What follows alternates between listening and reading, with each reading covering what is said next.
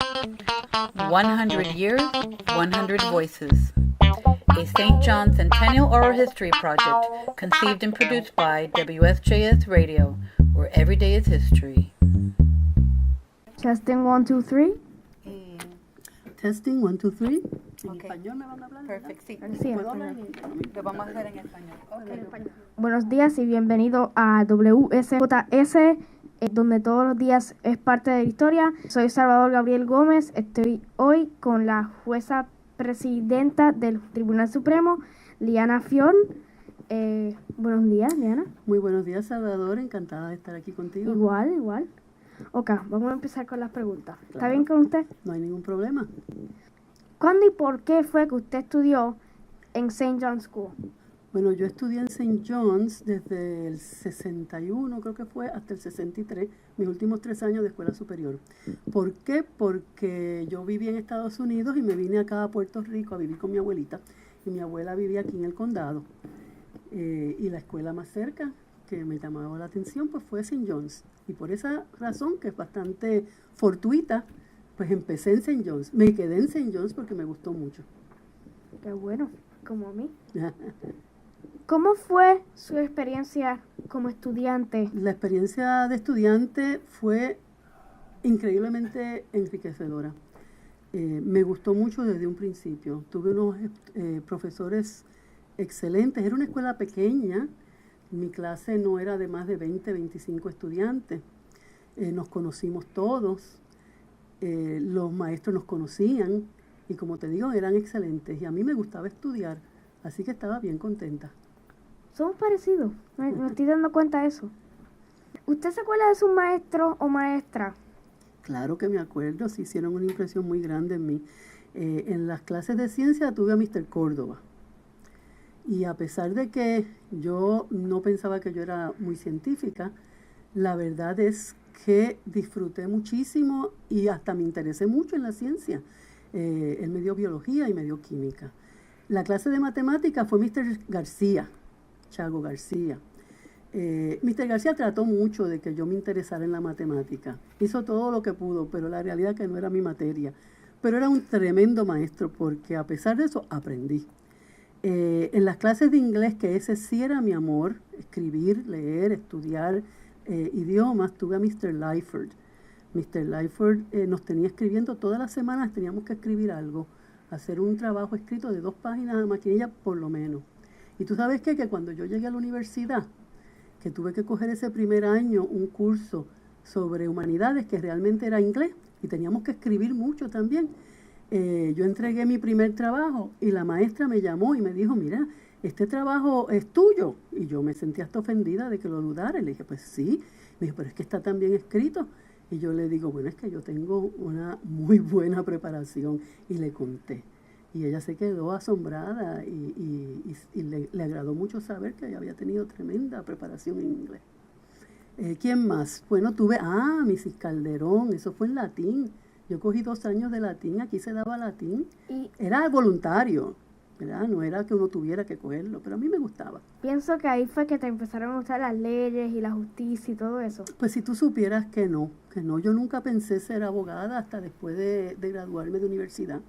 Yo iba a seguir en la literatura, yo quería hacer una maestría y un doctorado en literatura. Pero llegó un momento que pensé que realmente no era mi camino. Cogí un examen de aptitud, de esos que dan que va a ver que uno puede ser y que uno no sirve. Y salió que podía ser o escritora o abogada. Y cuando yo vi eso, yo dije, ¿pero escritora de qué? Porque yo no tenía ninguna idea de que podía escribir. Claro. Y entonces probé lo de abogada. Solicité, me aceptaron, me matriculé. Pero realmente aprobar, yo no estaba segura. Y cuando pasó ese primer semestre, dije, esto es lo mío. Y ahí es que yo supe que quería ser abogada. Wow. ¿Y cuáles eran las actividades de la escuela que usted participaba? Como usted participaba en algún equipo de deporte, usted salía en algún show de la escuela o de Bueno, si clubes? tú supieras que al igual que nunca fui matemática, nunca fui atleta. Yo no jugaba, como decimos en Puerto Rico, ni bolita y hoyo. No. Mis actividades en la escuela, pues yo estuve en varios clubes. Había un club de latín, estuve en el National Honor Society, yo presidí el National Honor Society en un momento dado, estuve en el consejo, fui miembro del consejo como representante de clase, no tuve ninguna función, ¿verdad?, como directiva del consejo en sí. ¿Qué más? Pues ese tipo de cosas. No sé si en algún momento estuve en algún otro club, pero no, yo la verdad que no era mucho de lo que llaman ahora, a lo que podríamos llamar en inglés un joiner, ¿verdad? ¿Usted se acuerda de alguna experiencia en específica que te transformó o que te encantó y que te hizo ser mejor persona o te impactó un montón? Mientras estuve aquí en la escuela. Sí. Una sola experiencia de ese tipo, pues francamente no. Yo diría que la experiencia total de estar aquí, la experiencia no solo de estudiar, sino que había como un respeto de los maestros hacia los estudiantes, porque de los estudiantes hacia los maestros también había mucho respeto. No sé cómo es St. John's ahora, pero era bastante más informal que muchas escuelas. Por ejemplo, yo tenía primos que estaban en escuelas como Perpetuo Socorro, etcétera. Era mucho más formal. Aquí el trato con los maestros era más informal, pero era un trato de respeto, y sobre todo los maestros los respetaban mucho a uno y hablaban mucho con uno y le hacían preguntas y le interesaba, ¿verdad?, las opiniones de uno. Eso para mí, que venía de otro ambiente, escuelas parroquiales y demás, pues fue bien enriquecedor. Sí tuve unas experiencias que me formaron bastante, y fueron las que yo te estaba mencionando de la clase de inglés, que hicimos mucha investigación. Yo me acuerdo que nosotros hacíamos investigación porque teníamos que entregar una monografía grande a final del semestre, y nosotros nos íbamos, antes no había el internet y ese acceso. No, enciclopedia.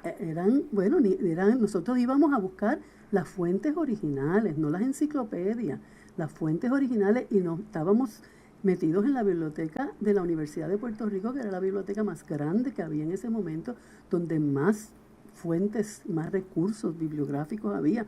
Y no era nada raro que los estudiantes de St. John's estuvieran en la biblioteca de la universidad haciendo sus investigaciones en las fuentes primarias, no buscándolas en enciclopedias como sería ahora Wikipedia o algo así, que tú sabes que eso es digerido. Claro, eso Wikipedia normalmente eso es, encuentran un poquito, sí, leen algo, lo copian. Sí, y es lo superficial. Es interesante, claro. Uno se informa, ¿verdad? Pero uno debe usar las enciclopedias para informarse y seguir investigando más a fondo. Pues nosotros hacíamos eso, y aquí nos lo exigían en tercer y cuarto año. Teníamos que hacer eso. Eso fue importante para mí. Wow. ¿Y qué momento histórico que pasó aquí en Puerto Rico o mundialmente usted se acuerda? ¿Algún evento en esa época? Bueno, francamente, yo no sé si fue en esa época o no lo fue, pero no sé si tú has estudiado en tus clases de historia que antes estaba lo que llamaban la Guerra Fría, el Cold War, ¿verdad? Sí. Entre lo que era la Unión Soviética, sí, que ahora se ha dividido en distintos países, pero Rusia era la principal, y los Estados Unidos. Pues como parte de esa Guerra Fría, había como una competencia entre esos dos países. Y una de las competencias grandes era en ciencias. Y para esa época, mira qué cosa, Rusia ganó por momento la guerra espacial, la guerra por el espacio, y elevaron ese satélite que se llamaba Sputnik. Sputnik 1. Exacto. Y eso para los Estados Unidos fue un shock, que los rusos estuvieran delante de ellos, ¿verdad? Después mandaron Explorer, sí, entonces, después a Laika, después a Evelyn Baker, los monos. Exacto. Y después a Gagarin. Ya veo que tú sabes mucho de lo que pasó. Sí. Pero aquí en St. John's lo que pasó fue que entonces se empezó a dar mucho énfasis en la ciencia. Y tú te acuerdas que yo te dije que yo tuve un buen maestro de ciencia y a mí me gustaba. Pero yo no había pensado en la ciencia como alternativa. Pero entonces empezaron como a impulsarlo a uno hacia la ciencia. Y adivina qué, yo me matriculé, cuando fui a la universidad, me matriculé en una concentración en química. Y yo seguí esa concentración en química 3 años hasta que me di cuenta y dije, adiós, pero a mí no me gusta esto. Esto no es lo que yo quiero hacer toda mi vida. Y ahí es que me cambié a literatura. Pero esa situación que es histórica de la Guerra Fría y la competencia entre Estados Unidos y Rusia impactó mucho de nosotros en esa época, e incluso escoger caminos que no necesariamente eran los que eran correctos.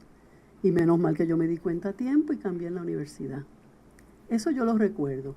Yo recuerdo también que ahí al frente, donde está el Ashford, el Hospital Ashford, Sí. se llamaba antes Presbyterian, el Hospital Presbiteriano. Ahí tenían a un señor que se llamaba Pedro Albizu Campos.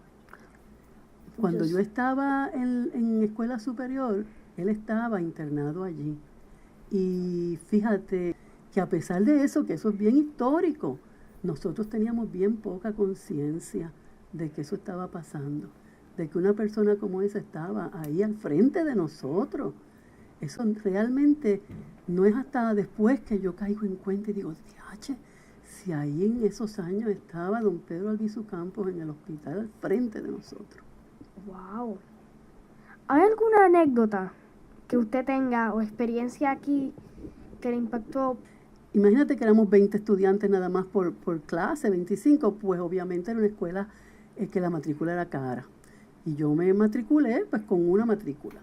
Mis padres estaban en Estados Unidos, yo vivía con mi abuelita aquí en el condado, y entonces yo soy la mayor de 8, así que tampoco había muchos recursos. Y como entre tercer y cuarto año cambiaron la matrícula y la subieron un montón. Y ahí yo le digo a mis papás, no, yo no voy a hacer que ustedes hagan este sacrificio. Y empecé a buscar escuela y fui donde Mr. Warfel, que era el headmaster, y le dije, Mr. Warfel, yo lo siento, yo me tengo que ir, yo estoy buscando escuela porque yo no puedo pagar esto. Y él me dijo, no te vayas. Nosotros te vamos a dar una beca, pero tienes que trabajar. Y entonces me puse a trabajar en la oficina de la tesorera, que era la señora Córdoba en aquel entonces. Y estuve trabajando todo mi cuarto año, yo trabajé en la oficina de la tesorera, con beca de la escuela, para no irme, porque no querían que me fuera. Y yo lo agradezco mucho, porque yo tampoco me quería ir. Wow. Usted debe haber sido un buen estudiante, porque para que el headmaster te diga, no, quédate. Bueno, ya yo te dije, mira, atleta no era. Yo no era atleta. Sí, una cosa que no te conté, fíjate, debiera haberte contado desde el principio, es que yo pertenecía al coro. Y Mr. Córdoba, que era el maestro de biología, había sido cantante profesional. Él tenía un trío, que creo que se llamaba Los Universitarios, para la época de mis padres, porque era una persona mayor. Y entonces él tenía el coro. Y yo participaba en el coro de la escuela, y debía haberte contado eso como experiencia importante de mi formación, porque Mr. Córdoba venía del coro de la Universidad de Puerto Rico bajo el gran maestro, el profesor Augusto Rodríguez, que estableció el coro de la universidad y que lo llevó a Carnegie Hall, a Washington y a muchos sitios donde tuvo muchos triunfos. Entonces Mr. Córdoba usaba el método del profesor Augusto Rodríguez, y allí cantábamos, y para mí fue tan importante que yo seguí cantando.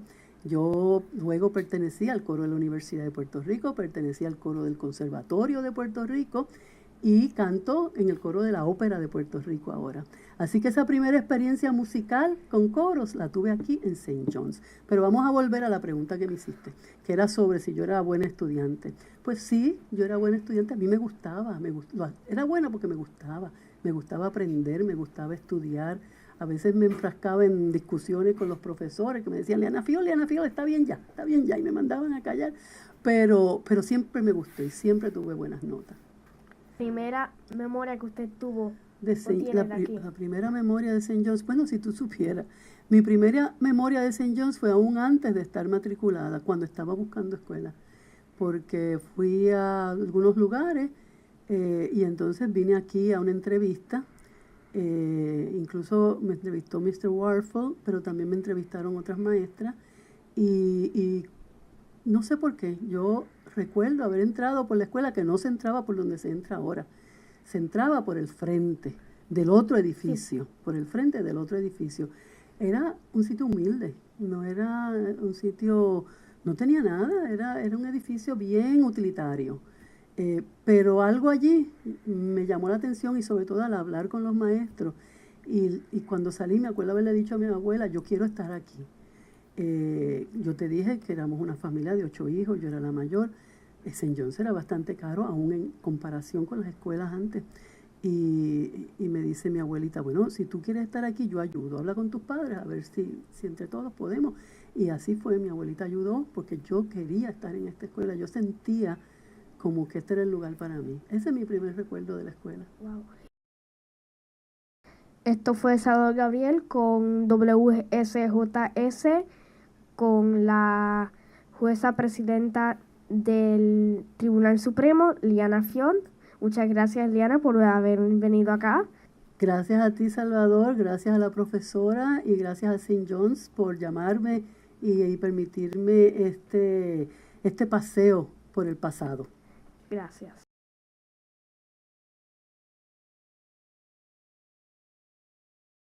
Liana Fiol Mata, clase de 1963.